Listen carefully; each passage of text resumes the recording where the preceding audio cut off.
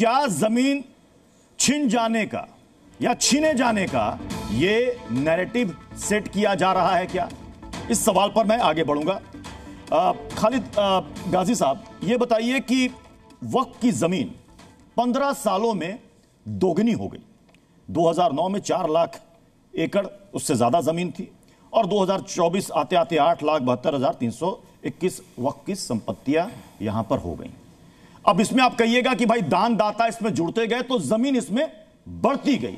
अब मुझे बताइए कि वक्फ के पास जो संपत्तियां हैं, अगर हम देखें तो वो संपत्ति कहीं ज्यादा 9,40,000 एकड़ में ये संपत्ति जो इसको अगर आप अनुमान लगाएं करोड़ में तो ना जाने कितनी जाएगी। अब ये बताइए कि आम मुसलमानों को लेकर ये कहा जाता है कि साहब इनमें पिछड़ापन है। सच्चर कमेटी ने भी इसको इंगित किया है। तो एक तरफ वक्फ की संपत्ति हजारों करोड़ की और दूसरी तरफ कहा जाता है कि साहब पिछड़ापन। वक्फ का काम क्या है मुझे बताइए बोर्ड का। देखिए, वक्फ बोर्ड जो है, वक्फ बोर्ड में जो चेयरमैन चुने जा रहे हैं आजकल, मैं तो अपनी ज़िंदगी का बता रहा हूँ, जो अपना वो है रिकॉर्ड बता रहा हूँ कि वो सब हुकूमत के एजेंट बैठते हैं वहाँ पर। और जिन लोगों के लिए वक्फ की गई है मुस्लिम, तो क्योंकि मुसलमानों की ज़मीन है और मुसलमानों के लिए वक्फ की गई है कि मुस्लिम बेवाओं के लिए, गरीबों के लिए, लेकिन वो लोग उन तक नहीं पहुँच पाती है ज़मीन का पैसा जो है। और ये सेकंड नंबर पर आता है, सबसे पहले नंबर पर आता है रेलवे और दूसरे नंबर पर वक्फ बोर्ड आता है जिसके पास की जमीन है। उसके बावजूद पहले सेना, दूसरे नंबर पर रेल, तीसरे पर वक्फ। सेना नहीं, सेना खुद वक्फ बोर्ड की जमीन पर बैठी हुई है। सेना ने खुद वक्फ बोर्ड की जमीन पर कब्जे कर रखे हैं भाई। तो फिर सर ऐसा नहीं बोलिए। फिर तो सर आप कहेंगे कि रेलवे की जमीन भी वक्फ की जमीन है, मतलब पूरे देश की जमीन वक्फ की जमीन है। कम से कम ये दावा तो नहीं मेरा हाथ जोड़ के निवेदन है, सेना के बारे में ऐसा नहीं बोलिए कि सेना वक्फ बोर्ड की जमीन पर बैठी है। मैं इस पे आपत्ति कर रहा हूँ। आप बिल्कुल खामोश रहिए, जरा हमको बोलने दीजिए। ना कुछ भी बोलेंगे तो थोड़ी बोलने देंगे। हुकूमत के एजेंट हैं, बिल्कुल सेना वक्फ बोर्ड की जमीन पर बैठी है, आप कैसे कह रहे हैं? ये थोड़ी बर्दाश्त किया जाएगा। मैं भी मुसलमान हूँ और वक्फ का मतलब समझता हूँ और मोहब्बत करता हूँ। खालिद जी, इस तरह की निजी टीका टिप्पणी नहीं। मैं बार बार हाथ जोड़ के दरखास्त कर रहा हूं। मैंने शुरू में ही बताया था ये डिबेट तू मैं और चिल्लमपो वाली डिबेट। एक सेकंड रुक जाइए फैज साहब। खालिद जी, हाँ बोलिए।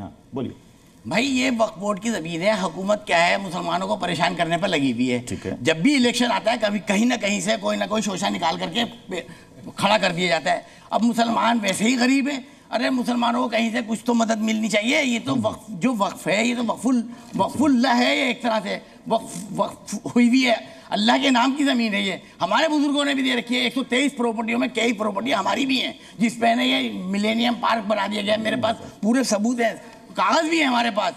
हम भी मुस्लिम राजपूत हैं, हम भी उसमें ज़मींदारों में से आते हैं, लेकिन हम नहीं बोल रहे क्योंकि वक्फ बोर्ड जो है ना वो खुद लगा रहा है। वक्फ बोर्ड के अंदर जितने भी लोग बैठे हैं खालिद साहब एक सेकंड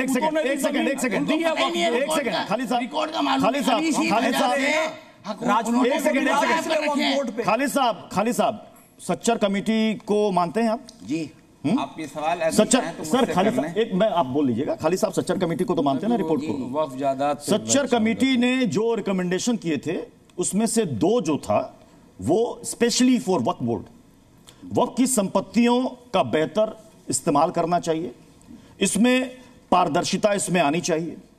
और सच्चर कमेटी ने यह भी कहा उस वक्त 4.9 लाख जो प्रॉपर्टीज थी, कहा गया कि अभी आपने कहा ना कि इससे कमाई होती है और ये मजलूमों की सहायता के लिए, उन्होंने कहा 100.63 करोड़ की आमदनी जनरेट होती है। ये कहीं भी जस्टिफाई नहीं होती है, इसके मार्केट के तरीके से मैनेज होना चाहिए। और उन्होंने सिफारिश की थी कि अगर उससे जनरेट होता तो 12,000 करोड़ रुपए से ज्यादा साल के मिलते। मुझसे कर लें आप। जी खालिद साहब पहले इसका जवाब दे दें। जी, क्या है कि भाई वक्फ बोर्ड के अंदर जो लोग बैठे हुए हैं वो खुद नाकारा हैं। तो ऐसे नाकारा लोगों को वजह से ये जो वक्त की प्रॉपर्टी है ये जाया हो रही है। नहीं ऐसे ना, आपने खुद कहा, ये आपके शब्द हैं, वक्फ बोर्ड के अंदर बैठे हुए लोग नाकारा हैं।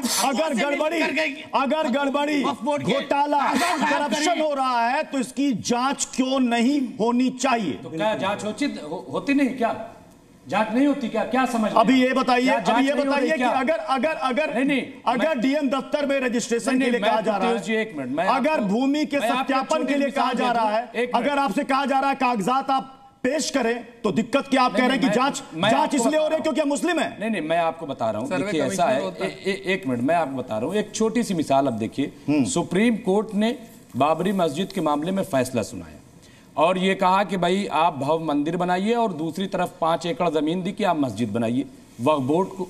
ठीक है, भव्य राम मंदिर बन गया, कहीं मस्जिद बनी हो तो बताइए इसमें किसका दोष है? क्या जो आम मुसलमान है उसका है या जो वक्फ बोर्ड है उसका है? और वक्फ बोर्ड किसके तहत चलता है?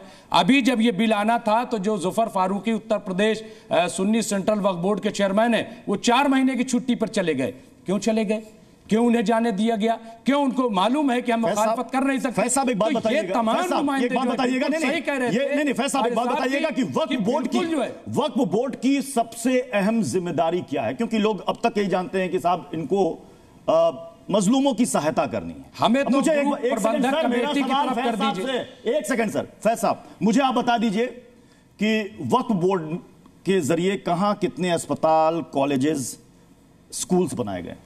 ये तो यही लोग बताएंगे। मैंने पहले ही कहा कि 3 इसके पहले जो संशोधन हुए हैं उससे कोई लाभ नहीं हुआ है। ना स्कूल बने, ना अस्पताल बने, ना कॉलेज बने, ना बेवाओं के लिए कोई स्थान मिला, ना गरीब मजलूमों को कोई रोजगार मिला। अब जो वक्फ बोर्ड का ये जो अधिनियम आया है इसके द्वारा ये सब होना है। अब पारदर्शिता आएगी, अब भ्रष्टाचार खत्म होगा, जमीन चली जाएगी। फैसला सरकार की जिम्मेदारी कोई जमीन नहीं जा रही है। यही जाकिर नायक वाली जबान मत बोलिए सर, कोई जमीन नहीं जाएगी, कोई जमीन नहीं छीनी जा रही है। ये कंफ्यूजन फैलाना, मुसलमानों को भड़काना, गुमराह करना, ये बंद कीजिए। ये शैतान का, मैं माफी चाहूंगा, ये खुदाई काम नहीं है, शैतानी काम है मेरे भाई। आप गुमराह मत कीजिए। आप लोगों ने सीएए में भी गुमराह किया, आप लोगों ने कहा मुसलमानों की नागरिकता चली जाएगी। एक भी मुसलमान देश से बाहर गया क्या? नहीं गया। अब कह रहे मुसलमानों की जमीन चली जाएगी, 1 इंच भी जमीन गई क्या? अरे जमीनें मिल रही है, हमें ग्रुप प्रबंधक कमेटी की बढ़ रही है ना। हम तो डिमांड कर रहे हैं, क्यों नहीं आप बना रहे? 30 सेकंड हमारा चुनाव हम लोग करें अपने चेयरमैन के। एक सेकंड, हिंदू हैं, उनकी जमीनों को क्यों नहीं करते आप? अरे भैया, मुसलमानों की जो वक्फ की जमीन है उसको हिंदुओं ने भी वक्फ किया है। आप खुद राजपूत है, कह रहे हैं आपके बाप दादाओं ने किया है, तो आप इसी चौहानों ने किया है, चौधरी ने किया है, राजपूत ने किया है, पटेल ने किया है, त्यागी ने किया है, वक्फ किया है हिंदुओं ने। तो फिर त्यागी, पटेल, चौधरी नहीं किया आ जाएंगे तो क्या पड़ाव पर भी आगे बढ़ेंगे। कोई हिंदू मुस्लिम रंग देने की कोशिश अच्छे से हो।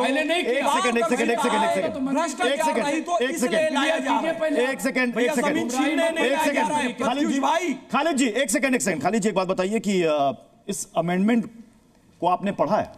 नहीं। क्यों नहीं पढ़ा? नहीं पढ़ा, जरूरत बिना पढ़े आप बिना पढ़े आप इसके विरोध में उतरा है? हमें जब मंजूरी है क्यों पढ़ेंगे? नहीं पढ़ा हम क्यों पढ़ेंगे? क्यों नहीं पढ़ेंगे? पढ़ना चाहिए। हम अपने बिना पढ़े विरोध, मतलब अगर ये तो वही बात हो गई कि कौवा कान लेके चला गया तो ये कान नहीं देखे, कौवे के पीछे भागे। देखिए मैं वही बात हो गई ना, वही कहावत हो गई। जो है दिल्ली सल्तनत से चला आ रहा है। मतलब आपने एक तो पहले आपने वक्त के अमेंडमेंट को नहीं पढ़ा। क्या अमेंडमेंट वसल्लम के वक्त से चला आ रहा है, वो हैरिस साहब ने बताया, वो विद्वान। हम हिंदुस्तान की बात कर रहे हैं, हिंदुस्तान की बात कर रहे हैं। मुझे एक बात बताइए, अगर जिला कलेक्टर के दफ्तर में पंजीकरण के लिए कहा जाता है तो क्या ये जमीन छीनना हो गया?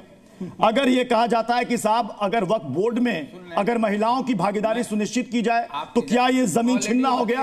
अगर ये कहा जाए कि इसको आप हाई कोर्ट में चैलेंज कर सकते हैं, आप इसे कोर्ट ले जा सकते हैं, तो क्या जमीन छीनना हो गया? कहां इस प्रावधान में लिखा गया है कि आपकी जमीन सरकार छीन लेगी? और तमाम चीजें हो रही है। प्रत्युष भाई, ये बिल इसलिए लेकर के आया जा रहा है कि वक्फ बोर्ड में और ज्यादा से ज्यादा करप्शन हो सके।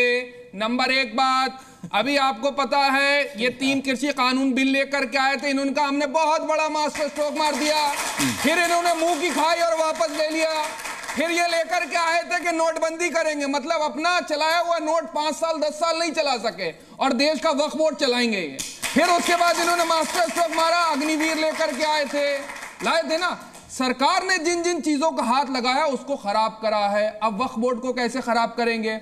डिफेंस के अंदर भी खराबी इन्होंने करी। अभी अयोध्या के अंदर इन्होंने डिफेंस की जो लैंड थी उसका कैरेक्टर और नेचर चेंज करके चंद उद्योगपतियों को बेच दी, और किन उद्योगपतियों को रेलवे बेचा जा रहा उनके लिए, और वक्फ बोर्ड की जमीनें अब चंद उद्योगपतियों को बेची जाएंगी जिनके अंदर वो करप्शन कर सके।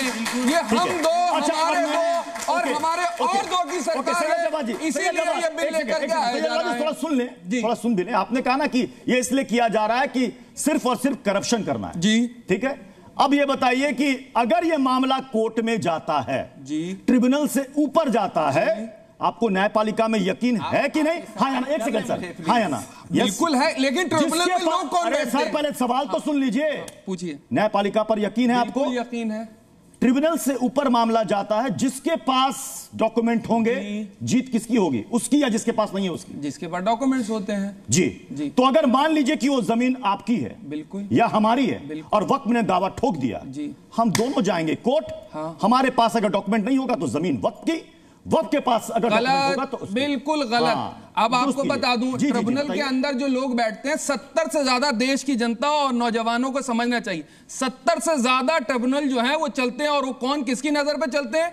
सरकार की नजर में चलते हैं। और अगर ट्रिब्यूनल में केस जाना हो, ये झूठ फैलाया जा रहा है, ये झूठ है। उसके बाद हाई कोर्ट और सुप्रीम कोर्ट जाया जा सकता है, बात रखी जा सकती है। इसी तरीके से भ्रम फैलाते हैं और रखी जाती है। और ये भ्रम फैलाना क्या है? एक सेकंड, जब आप लोगों को याद है इस देश में कृषि कानून बिल आया गया, कुछ झूठे किसान भी खड़े करे गए थे उस समय में। इसी तरीके से ये हिंदू की ओर वोट करके सरकार हमेशा अपनी कृषि कानून पर बहस खत्म हो चुकी है, छवि सुधारने की कोशिश कर रही है। चूंकि सीनियर एडवोकेट हमारे साथ हरिशंकर जैन जी है, हरिशंकर जैन जी, एक सेकंड, हरिशंकर जैन जी, ये बताइए कि इनका पॉइंट है कि ट्रिब्यूनल के आगे भी पहले भी हम सुप्रीम कोर्ट और हाई कोर्ट जा सकते थे। बाबरी मस्जिद का चला नहीं चला? मैं वक्फ बोर्ड की बात कर रहा हूं, वक्फ बोर्ड की बात कर रहा हूं। वक्फ बोर्ड के मसले को लेकर क्या ट्रिब्यूनल से आगे जाने का प्रावधान पहले से था?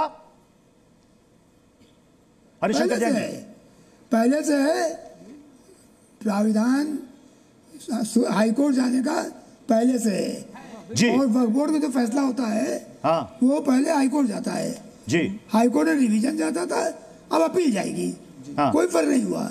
हाँ। Appeal as a matter of right होती है, यानी जो ट्रिब्यूनल का फैसला होगा, हाँ, आप हाईकोर्ट में चैलेंज कर सकते हैं। ट्रिब्यूनल के फैसले को हाईकोर्ट में चैलेंज कर सकते हैं? नहीं हुआ जी। नहीं, पहले भी कर सकते थे और अब भी कर सकते हैं। पहले भी कर सकते थे, हाँ, पहले भी कर सकते थे और अब भी कर सकते थे। आप कह रहे हैं कि इसमें कोई फर्क नहीं हुआ? कोई फर्क नहीं हुआ, एकदम नहीं। हाँ। और तो फिर इसको लेकर फिर विवाद है, बहस क्यों है? हम लोग विरोध कर रहे हैं, ट्रिब्यूनल नहीं होना चाहिए, मामला सिविल कोर्ट में जाना चाहिए। तो सिविल कोर्ट ले जाना चाहिए। ट्रिब्यूनल में सिविल कोर्ट, आप कह रहे हैं कि सिविल कोर्ट, एक सेकंड, आप कह रहे हैं कि सिविल कोर्ट ले जाना चाहिए। सर आप कह रहे हैं कि सिविल कोर्ट ले जाना चाहिए। एक सेकंड, ये ट्रिब्यूनल जो चल रहे हैं, बिल्कुल, एक सेकंड, हरिशंकर जैन सर, आपने कहा कि हम चाहते हैं कि सिविल कोर्ट में भी हम लेकर के जाएं। अब ये बताइए कि ट्रिब्यूनल में सर, ट्रिब्यूनल में एक अध्यक्ष समेत 3 सदस्य इसमें होते हैं जो कि राज्य न्यायिक सेवा के सदस्य होते हैं, और उनका रैंक जिला सत्र या सिविल जज से कम नहीं होता ट्रिब्यूनल में सर। हाँ जी। तो क्या वहां पर ऐसा है कि देखा जाता है कि कौन धर्म विशेष का है, कौन नहीं है? इस चीज की दिक्कत है भाई। हरिशंकर जैन, मुसलमान को दिक्कत है। हरिशंकर जैन जी, दिक्कत क्या है?